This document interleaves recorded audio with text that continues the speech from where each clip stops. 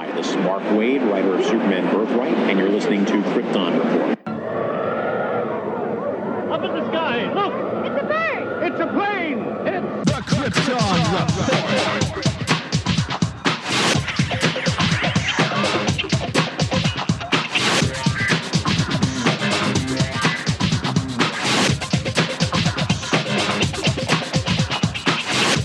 I am your host, Tyler, and welcome to Krypton Report, a podcast dedicated to all things Superman, Supergirl. We're going to look at the Supergirl TV series, as well as the Krypton TV series, anything that has to do with the characters in their world. Comics, movies, TV shows. We will talk about everything and anything. We are part of the Southgate Media Group podcasting network. You can find us on Instagram, Twitter, Facebook at Krypton Report. You can also email us at kryptonreportpod@gmail.com. If you get a chance to go over to iTunes, Apple Podcast, please leave us a review to help us get better. You can find me personal at JTYPatrick on Twitter and everything else. You can buy a Krypton Report t-shirt at tpublic.com. Check it out. They have all sizes, colors, styles of shirts. Just go to tpublic.com and search Krypton Report, and you'll see our logo. And every time you buy a shirt, it helps support other podcasts from southgatemedia.com. Thank you. Enjoy the show. All right. Welcome to the Krypton Report. It is I, Tyler, and with me is my special guest, my fellow, what's a good word? Fellow... The other love of his life. Yeah, that works. Mr. Phil Perich, who I haven't got the podcast with in a while due to work schedules.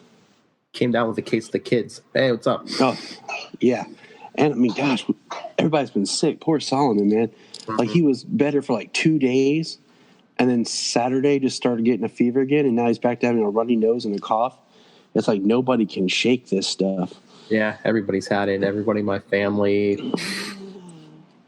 everybody at work, everybody. Yeah, I have a friend at work who's still sick for like 3 weeks. I'm getting over bronchitis again. Krypton Report, sponsored by Wendy's. Ooh, you wish. Yeah, I do. So tonight we got the return of Supergirl. In Season 3, Episode 10, The Legion of Heroes.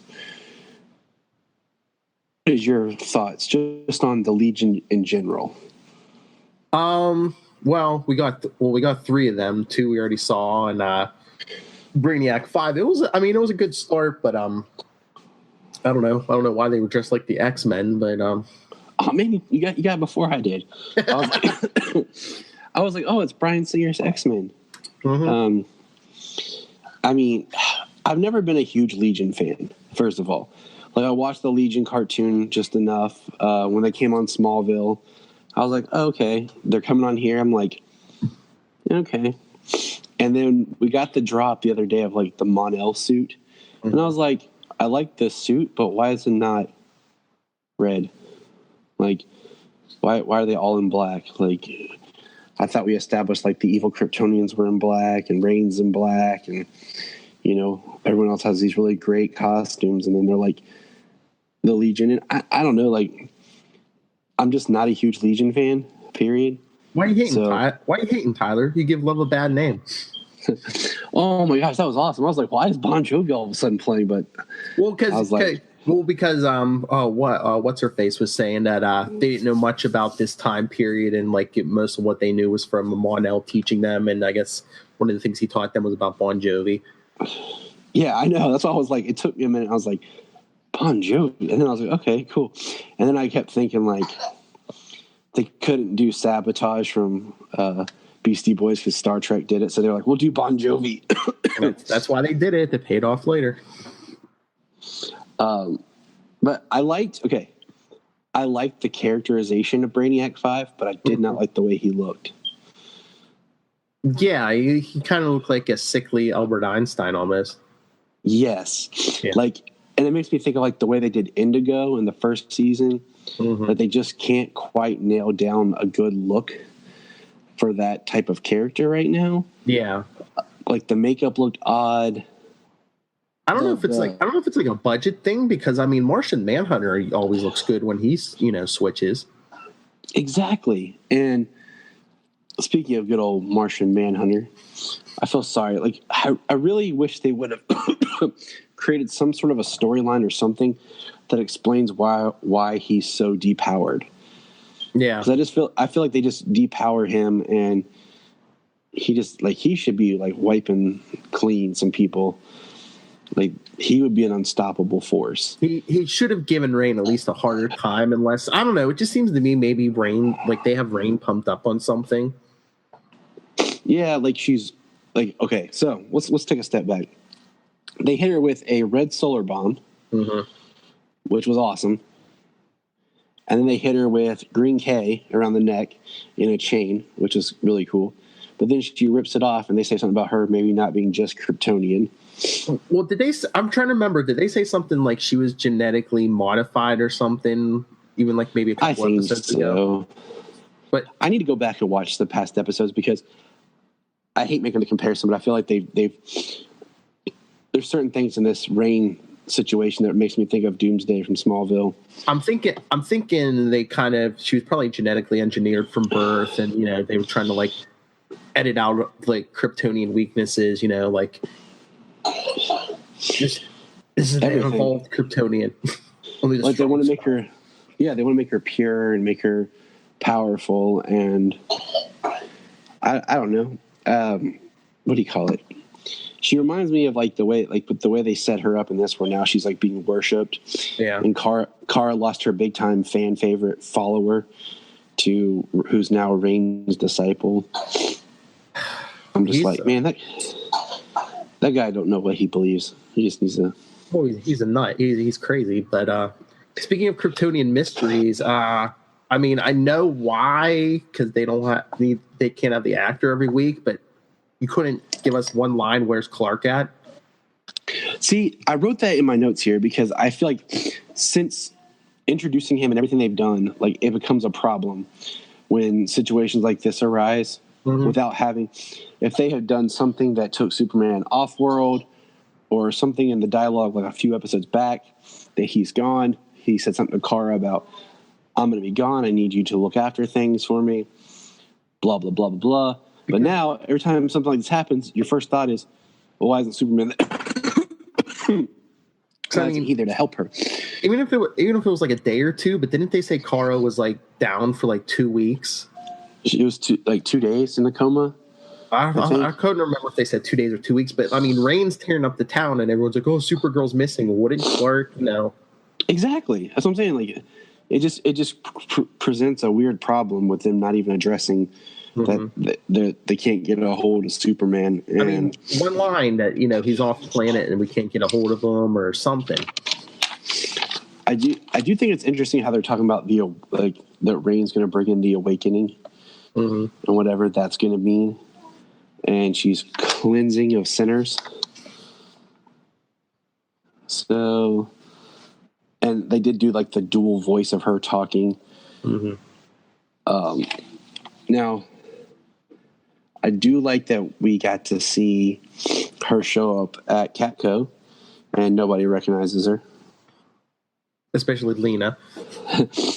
And she's got the deep voice, and it's the Clark Kent glasses thing, Tyler. We're in that universe. Yes, and Kara too.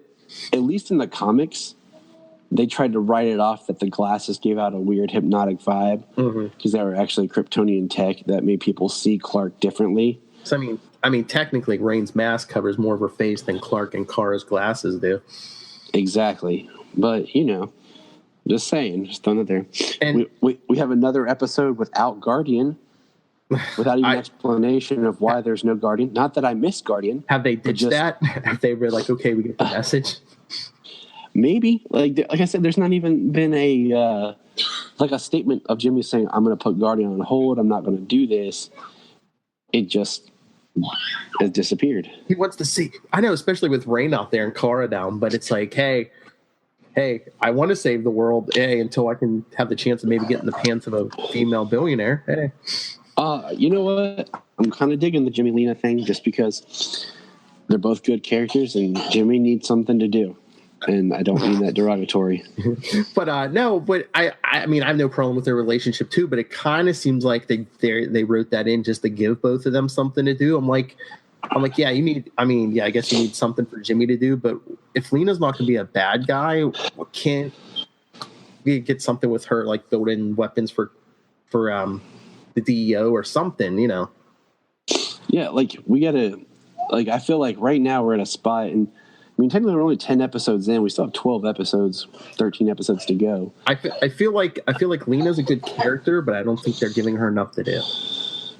Right. They don't. It's the same thing with like Win. I like the actress. I like the actress. I like the character. I just wish they would give her more to do. I like when they were like kind of teasing it, like having that "is she good, is she bad" kind of thing, walking the line, and now it's that they've kind of settled on that she's good. But maybe something will happen and it'll pull her back around to where we start to doubt it again. And who knows? Okay, that's the question. I was didn't know if I'd wait till the end to ask you. Yeah, there's like what you say, 12 or 13 episodes left, but we're gonna have to wait a while for after this month for those. How do you feel about that? And I think I know.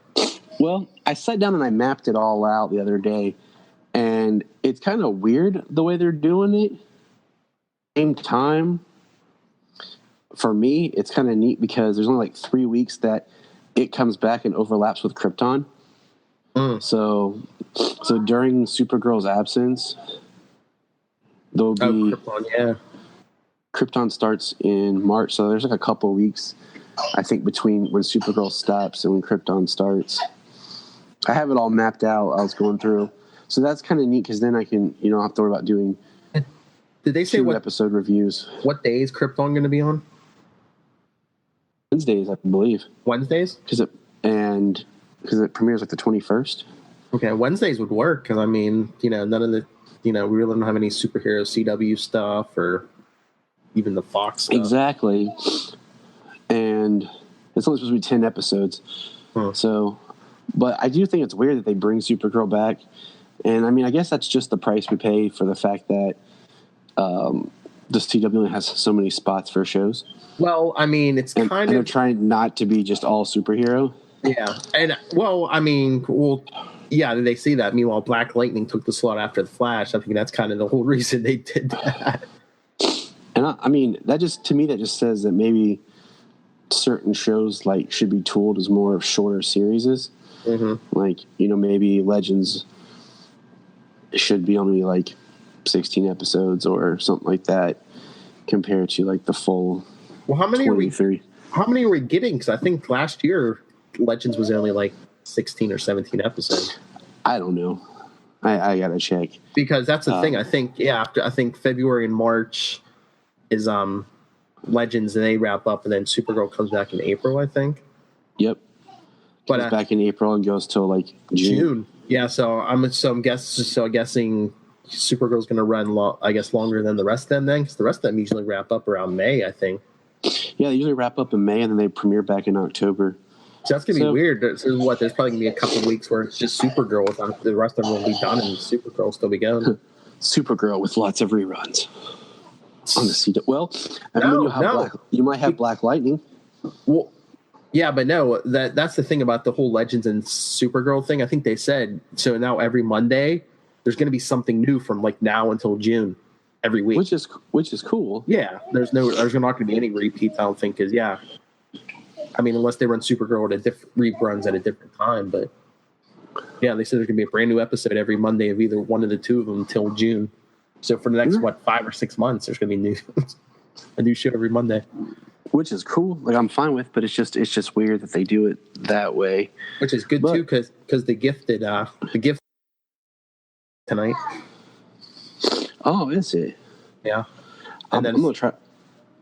Because Lucifer's not on tonight because it's a 2-hour season finale. So I'm guessing Lucifer comes back next week. That makes sense. There must be something weird going on because they put up a picture. I guess the Lucifer today with him and Tom Welling. Yes, I thought that it looked funny. So I've missed some of that, and that's one I'm gonna catch up on over the summer. Oh, so you didn't see the big reveal about who Tom Welling is? Okay. I heard it. I just don't remember what it was now. Yeah, he's Cain of Cain and Abel. Yeah, that's right. That's dope. Love me some Tom Welling. I was watching Smallville earlier. It's about to be on. Because it was weird. Podcast Before they went on break, Lucifer like stabbed him in the chest, and then he like came back to life. But it was weird to actually see, like, instead of like, you're like, Tom, we're not used to seeing you getting stabbed. Like, I know. I was like, wait, boy, blood, what? we're used to like it breaking off and shattering. Jumping back real quick, my favorite part of this episode is when John Jones had to pretend to be Kara. And Lena's talking to him. He's like, yeah. Olsen likes you. He's like, oh, really? He's like, don't make me do this again. No, you do this again, shot. But the minute Lena walked out the office and Jimmy picked up his phone, I knew where it was going. Oh yeah. I did too. I mean, that's the beauty of having Martian Manhunter. It's the one thing he does. And then especially when he was like, oh, it's going to take an hour for those grenades. I was like, oh, here it comes. Because even Wynn's like, well, since we have an hour. I do think, okay, now, did you get anything out of when the Legion was talking about what their mission is in 1,000 years? Like the planet, does that allude to anything else major? Because I couldn't think of anything. I don't know. Like you, I'm like, I haven't read a lot of Legion. Like, it's mostly been they've appeared in other books, but I've been meaning to get into more stuff. Ooh, there we go. My birthday's coming up. I started wanting give me Legion stuff. Give me Legion stuff. I did, like you said earlier. Like when he's like, we have a Legion of heroes. I'm like, you have 3 heroes. It's not a Legion. It's a. It's so weird because like stuff always. I think it. Like I said, I'm not a big fan, but I think stuff changes for the Legion a lot every time there's like a crisis or 0 hour or Flashpoint. Stuff changes for the Legion. As the present changes, their future keeps changing all the time. But yes, since Mon-El's out of the picture, do you think Kara? I mean, I think what was it pre-crisis? She had a thing with Brainiac 5. Do you think those two would ever get together? I don't know. I kind of like the fact that Kara doesn't have a love interest right now. Because I feel like if you don't do it right, that can just be like a filler storyline. And right now, it's more about her as herself. And she mentioned her cat Streaky. Yeah, that was funny. I was like, oh, she was like, I didn't want to touch it because I didn't know what I would do. I'm like, gonna blow the cat up. I was live tweeting. I said, "Boy, that sounds like a super cat." I do want a DEO hoodie though, like Mon-El was wearing. They might have. I bet you could probably find one online somewhere because I know Danielle has a Star Labs shirt. I wanted a pair of like pajama pants, like lounge pants that said Arkham on it, like the Joker had in Suicide Squad when he came walking out. I'm like, where are those pants? Like people would have bought those up. I guarantee you, there's something. There has to be something somewhere. I did like the reference to Brainiac being a 12th level intellect, because that's always something that's important. I did like that we got to see a couple of shots of, I can't remember what they called it, what Rain's fortress is called, her dark palace. Was it the not Solitude, the fortress of it's like something else. Hold on, not confidence, not arrogance. What was it? Fortress of hold on, I'm going back to my notes here. Because did they mention it tonight? Because I know they mentioned it before the break. Yeah, they mentioned it in an episode back when. Hold on, because they did the did the rain. Look at his journal, everyone. It's probably written in Kryptonian. Yeah. If I could. Oh, here, Fortress of Sanctuary. Yeah, I knew it was something S, and I didn't want to mix it up with Doctor Strange, but I knew I thought it had Sanctuary. Thank you, Google. Thank you, Google.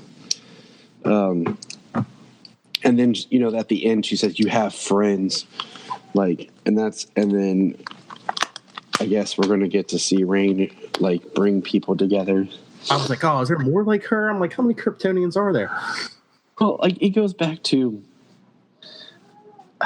it's always like that thing like Superman, the last son of Krypton, and Supergirl, and then you had Zod, and Zod's followers, and however they did that. And then in this, we got Non, and we saw there is a Zod, and we had, and it's just like, wow, for a planet that everyone was supposed to die, got a lot more survivors than we thought. Well, that's like after Crisis on Infinite Earths. That's why they cleaned it up, where he was the only survivor, and they made Supergirl a shapeshifter and stuff. Which is so weird. I was reading that Peter David Supergirl stuff, and that was dark. The Linda Danvers thing. Yeah, even before that, it was weird. Because, like, she was dating Lex. Yeah, when it was Lex Luthor Jr. or whatever, he had the red mane, like fire red mane hair. He was in a clone body pretending to be his own son. Yes. So it's confusing, but I think there's a lot they can pull from. Mm-hmm. I don't know. Like, I want Rain. I want her to be more like the World Killer in the comics, and not so much just like a Kryptonian bad guy. Because I feel like it would be cool if, like, later in an episode she starts to mutate or something and looks freaky, like gets the white skin, gets like, I don't know, cracks or something, just makes her look vicious. I don't know if, like, it's in the actress's contract, like she wants more of her face shown, but I'm like, why wouldn't Rain? I mean, she doesn't need it, but I could just see her wearing like a helmet, maybe with like the bottom of her face hanging out, but instead of just that mask, like the full helmet, I would conceal her identity better. Yeah, you know, like, but it goes back to the actors or the performer wanting to be seen. Just like you know, be like, this is the traditional garb of Black Zero or something, you know. Yeah, like I just, man, what is the alien race? I always hate that we have to fall back to like an evil alien race as like the villain, but I feel like with this season, like we've really kind of toned down a lot of like all the aliens on Earth, like we got in season 2. Yeah, I didn't see. I don't think we didn't see the bar this season, did we? I think like once, maybe twice. Yeah. Like it kind of has really hit out in the background. So I feel like they've made changes that way. But man, what were the aliens? I like the aliens that they used in the Superman Earth 1 book. I'm trying to remember because they were different. And I'm still telling you, we need Mongol to come in. Yeah. That's what we need. That's what we need for the crossover next year is War World. Just everybody battling. And Oliver getting the crap beat out of him. Or just like everybody else fighting a bunch of aliens, just Superman and Supergirl fighting Mongol. See, that's what I'm talking about. But I'm curious where they're going to go with Rain. I'm very interested to create that character. What they do with the other characters they've created on the show. Like we've gotten rid of Maggie. Mm-hmm. So we've stripped back that. And now it's like, what do we do with Alex? What do we do with... Break your leg. Wow, yeah, they did do that. They're like, good luck, break a leg. So, I don't know. I just feel like I think the hardest part with the show is when you have a character that kind of runs their course, but people like the actor, and then you don't know what to do with the character. All right, so what did you think about the whole thing about Kara like stuck in her own head in Brainiac 5 going in? I thought that was cool. Mm-hmm. I liked it because it just, it was like he said, she retreated in her subconscious, and after being defeated. I kind of got towards the end there. It's like, she's like, I'm not afraid, but I was like, that's why she's stuck. It's not Supergirl who's afraid. It's Kara who's afraid. Mm-hmm. I almost didn't want her to come out in this episode and be like, the episode ends with like the Legion barely beating Rain, and then like Kara like wakes up at the very end. Yeah. And then the next episode is her out of the tube instead of her like appearing like she did and injecting Rain with kryptonite, which I thought was interesting. It would be cool if it's one of those things like Rain takes it and then like it mutates her or her body adapts to it or something. Mm-hmm. And the only way they can get rid of Rain is they have to like send her to the future or something. Like, what was it? I'm trying to remember. What the Monel and the Legion were saying? No, I think I'm thinking of. So I know they said eventually Rain leaves Earth, but they didn't have any details. Yeah. Well, it's like I always hate making like keep falling back, but like the Smallville comparison where they didn't have any data on Chloe or Doomsday, and they talked about sending Doomsday to the future and take K to get him out. So I'll say, like, what if they put Rain in like one of those hyper chambers they have and just like put her to sleep and imprison her that way or something like that. Phantom Zone. Or, put her in the Phantom Zone, which would be awesome if they bring the Phantom Zone back or actually let it play a part. So I'm excited. We'll see what happens. Any other thoughts? I gotta go take care of my boy. No, I think that's it. I think we hit everything. Sounds good. It was a good return. Enjoy it while it lasts. We'll have 2 months off after this month. Yeah, hold on. I'm pulling. We have. Where's my paper? I sat down and mapped out everything. Here we have Supergirl through February. No. Supergirl ends on February 5th. Oh, does it? Yeah, it ends February 5th. Then Legends comes back with John Constantine. Yeah, we have one episode in February. Yeah, and then Constantine, which I think that's going to help really boost ratings for Legends, and people are getting excited about it. But I saw something on Facebook today, and I'm calling you out on it. You're talking about doing more reviews of comics, so I think during the break, that would be a good thing to do. It is. I get the books weekly, and I just never get a chance to write it. And I think I want to make little reviews like this. Do it for the podcast. You could do YouTube videos. I think I'm gonna do it. I think I'm gonna do it for the Facebook page. So, but yeah. I'm going to work on that today. But I know Lilith wants to do a special when Action Comics 1000 comes out. So good, because it's historical. I was going to say, you have to join us. Maybe we could do a thing where we could put it up on Capes and Lunatics and Krypton Report. We should. Yes. But yeah, I know she wants to do a special for that. I have it in March is when it drops sometime in March. Did you see Brian Michael Bendis, and from his move from Marvel to DC, his first work for DC will be a backup story in Action Comics 1000. I'm curious how Action's going to look at 1000, just because. What do you mean? How's it going to look? There's going to be so many. There's probably going to be so many variant covers. Oh, there's supposed to be 1,000 variant covers. 1,000. And then, they're talking about having a hardback print of it. Yeah, there's gonna be some deluxe edition hardback. I think somewhere in there they're gonna. I don't know if it's all of the covers or just a highlights of some of the best ones, just a bunch of covers from the whole run.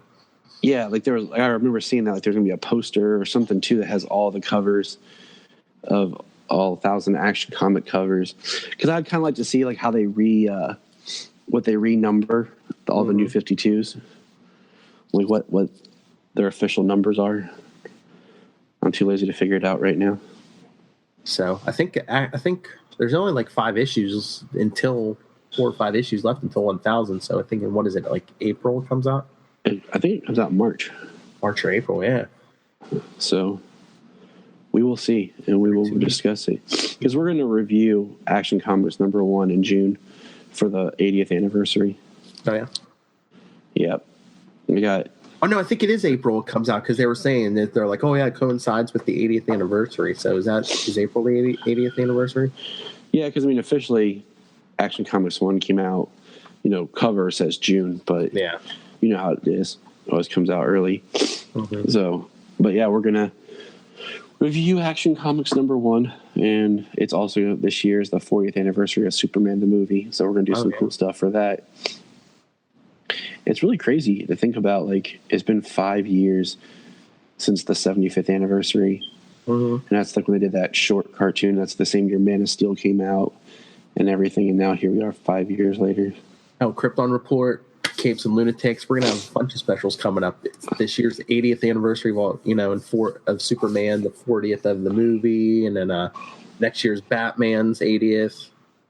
Oh yeah, that's good. That's going to be blow up everywhere. And you know what 2020 is, right? 80 years of Dick Grayson, my friend. I was like, wait a minute. There's a lot of things in 2020. Because isn't it Dick Grayson, Wonder Woman, and Flash? Maybe, yeah. Oh, yeah. Jay Garrick, yeah. Yeah. And then it's also, Solomon turns 5. Oh, 2020. We're going to have so many specials. But I think that's a good place to put a pin in it for tonight. That's right. It was good chatting with you again. It's been too long. Yes. So look forward to it. Look forward to more Krypton Report specials brought to you by me in support of Phil telling me I need to do more. And yes. And hopefully we can get this boy back on Capes and Lunatics. Yes. Just timing. Check out that podcast and our YouTube. Definitely. All right. Good night, everybody. Remember, look up in the sky. There's a thin line between heroism and madness. Here the line fades to nothing at all. This is a world of Capes and Lunatics. And nothing is off limits.